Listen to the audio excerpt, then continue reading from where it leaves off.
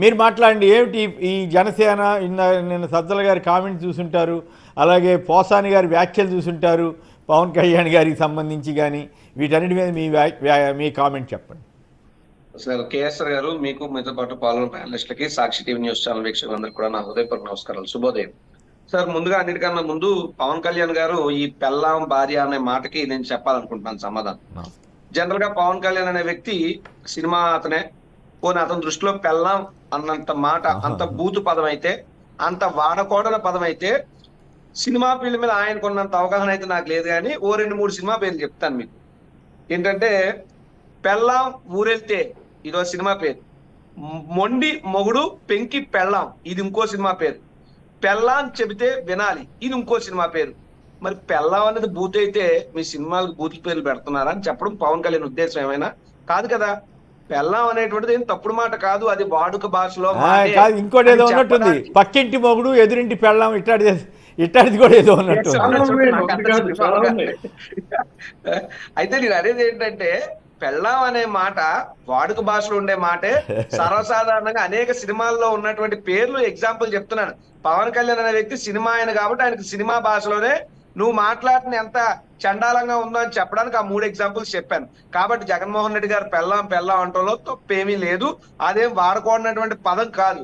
కాకపోతే ఇందాక విజయబాబు గారు చెప్పినట్టు పెళ్ళాం అంటే బహుశా పవన్ కళ్యాణ్ బాధపడలేదు, కానీ పెళ్ళాలు ఆయన చేసినటువంటి తప్పుల్ని వేలెత్తి చూపుతుంటే ఎక్కడో మండిపోయి వంకలైన డొంకటికి ఏడ్చిందని చెప్పి పెళ్ళానికి భార్యకు ఉన్నటువంటి వ్యత్యాసం గురించి మాట్లాడే ప్రయత్నం పవన్ కళ్యాణ్ చేస్తున్నాడు.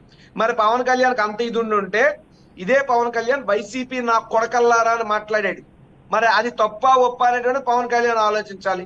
పవన్ కళ్యాణ్ మాట్లాడినటువంటి బూతులు కానీ, ముద్రగడ పద్మనాభం గారు అలా ఆవిడ్ని ఎన్ని లంబూతులు చంద్రబాబు నాయుడు తిట్టించాడో ఈ రాష్ట్ర ప్రజలందరికీ తెలుసు. మీడియా ముందు అనేక సార్లు కన్నీళ్లు పెట్టుకున్నాడు ఆయన. మరి అటువంటిది చంద్రబాబు నాయుడు మీద నోరెత్తడానికి ఎందుకు పవన్ కళ్యాణ్కి నోరు లేగలేదో పవన్ కళ్యాణ్ సమాధానం చెప్పాలి. కాబట్టి చంద్రబాబు నాయుడు లంబూతులు తిట్టించినా పవన్ కళ్యాణ్కి అది సంస్కృతం, మహా అద్భుతం, మహా భగవద్గీత. జగన్మోహన్ రెడ్డి గారు వాడుక భాషలో ఉన్నటువంటి మాట మాట్లాడినా అది పవన్ కళ్యాణ్ దృష్టిలో బూతు. కాబట్టి బయాస్ గా మాట్లాడే వ్యక్తి మనం ఏం మాట్లాడినా అబ్బా అన్న అది ఇంకో బూతు పదంగా, అమ్మ అన్న ఇంకో బూతు పదంగా. అంటే ఇక్కడ భాష గురించి కాదు రాజు ఇక్కడ భాష గురించి రాజు ఒక్క నిమిషం, రాజు భాష గురించి కాదండి. ఇక్కడ పాయింట్ ఏంటంటే, తాజాగా ఇప్పుడు ఆయన 3వ భార్య కూడా లేదు, 4వ భార్య అంటున్నారు కొందరు, ఇంకొక 5వ భార్య అక్కడ పంజాబ్లో ఏదో చేశారని. ఇట్లా నిన్న పోసాని గారు, ఆయన సినిమా రంగం అయిన కదా, చాలా సంచలనమైనటువంటి విషయాలు చెబుతున్నాడు. అవి నిజమా కాదా? ఇటువంటి వాటి మీద అసలు పవన్ కళ్యాణ్ గారు ఇంతవరకు ఒక్కసారి కూడా వివరణ ఇవ్వలేకపోయారు. పోతిని మహేష్ అన్న అని డైరెక్ట్గానే చెప్పాడు, అయ్యా మీరు మీ సతీమణితో సహా వెళ్ళి గృహప్రవేశం చేయండి అన్నారు. కానీ ఎందుకు చేయలేకపోయాడు? ఇదంతా కూడా మరి సంప్రదాయం ఇంకోటి అని చెప్పి హిందూ మతం అని కబుర్లు చెప్పే వీళ్ళు పాటిస్తున్నారా, పద్ధతులు పాటిస్తున్నారా, సంప్రదాయబద్ధంగా ఉన్నారా లేరా అన్నదే నా ప్రశ్న. సరే, ఇక్కడ మీకు ఒక ఇంట్రెస్టింగ్ ఫ్యాక్ట్ చెప్తాను.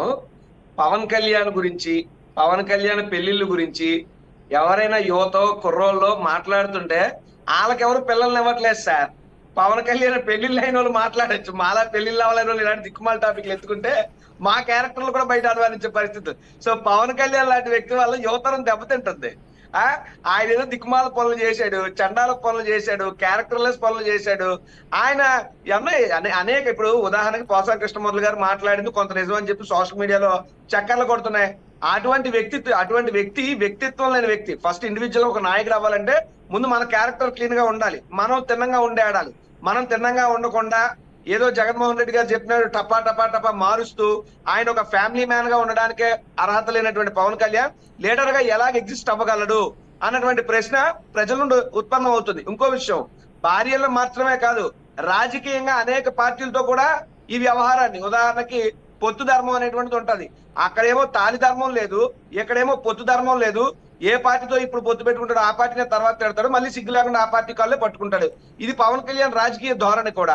ఇంకొక విషయం సార్, పవన్ కళ్యాణ్ గారు ఉదాహరణ నేను మొన్న కూడా చూశాను, సజ్జల రామకృష్ణారెడ్డి చిరంజీవి గారేమో పంచకర్ల రమేష్ కి, సీఎం రమేష్ కి మద్దతు ఇస్తూ వీడియో చేశారు.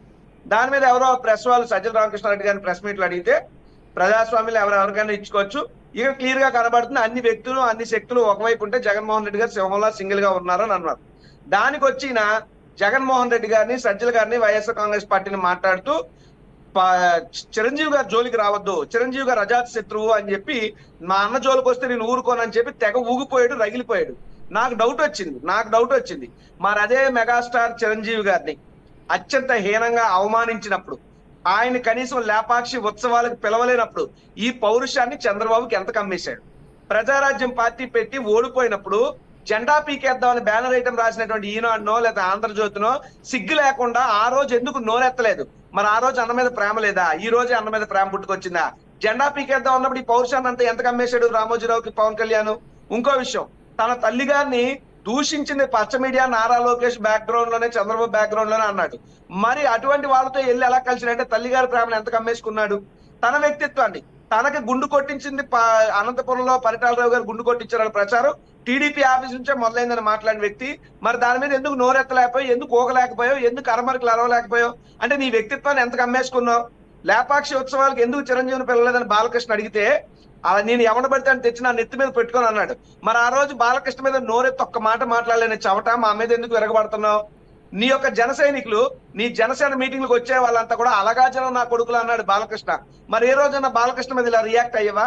అంటే నీ జన సైనికుల ఆత్మ గౌరవాన్ని ఎంత కమ్మేసావు బాలకృష్ణకు నువ్వు? అంటే నిన్ను తిట్టినా, నీకు తల్లిగారిని తిట్టినా, అన్నని తిట్టినా, జన సైనికులు తిట్టినా, కులాన్ని తిట్టినా, జాతి నేతలను తిట్టినా, ఏ రోజు పల్లెత్తి నోరెత్తలేనటువంటి చవట పవన్ కళ్యాణ్, జగన్మోహన్ రెడ్డి గారు, సజ్జల రామకృష్ణారెడ్డి గారు, చిరంజీవి గారి గురించి ఎక్కడ ఒక మాట మాట్లాడలే.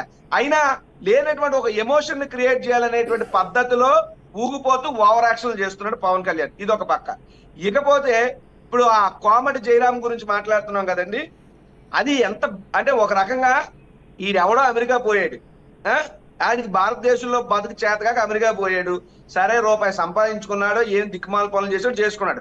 చేతనైతే స్వదేశానికో, స్వరాష్ట్రానికో, స్వగ్రామానికో వచ్చి దేవుడిచ్చినటువంటి ఆ రూపాయితో మంచి ఏమి చేయాలని ఆలోచించాలి. అంతే తప్ప ఆ ఎదవలు అంటాడా? అంటే మేము ఊళ్ళల్లో బతికే వాళ్ళం, గ్రామాల్లో బతికే వాళ్ళం, కాయ కష్టం చేసుకునే వాళ్ళు మేము ఎదవల్లా కనబడుతున్నామా? ఎదవలమే.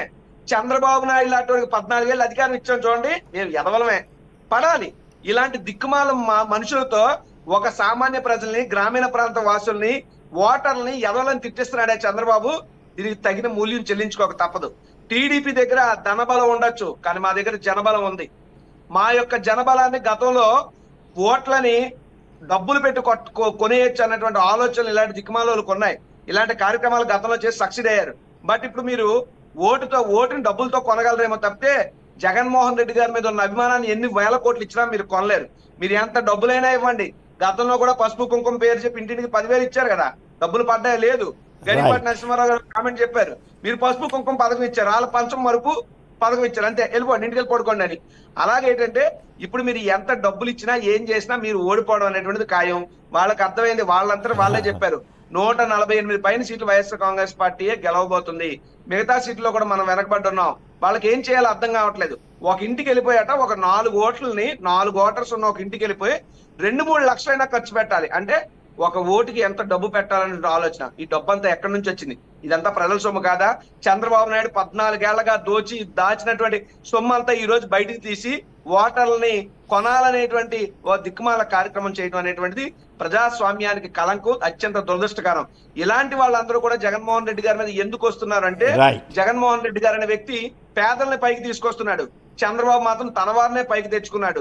సో పేదల పైకి వస్తే అందరూ సమానం అవుతారు. అది ఇష్టం లేనటువంటి పెత్తందారులంతా దేశ విదేశాల నుండి డబ్బుల మూటలతో దిగుతూ ఇక్కడ ఉన్నటువంటి ప్రజలు కొనే తప్పుడు ప్రయత్నం చేస్తున్నారు. ఇది ముమ్మాటికి చాలా పొరపాటు, ప్రజాస్వామ్యానికి మచ్చ.